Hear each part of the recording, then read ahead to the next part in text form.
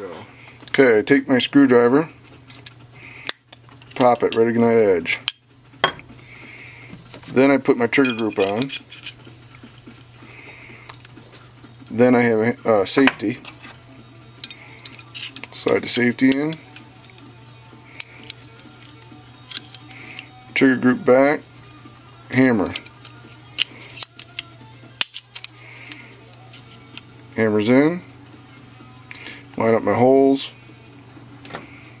Get my pin. Slide my pin in. Got my spring. My plunger.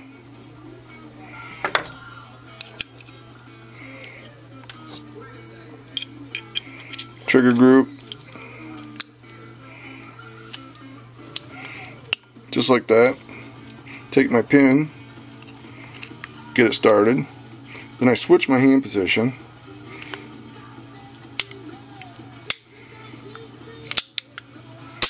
Done.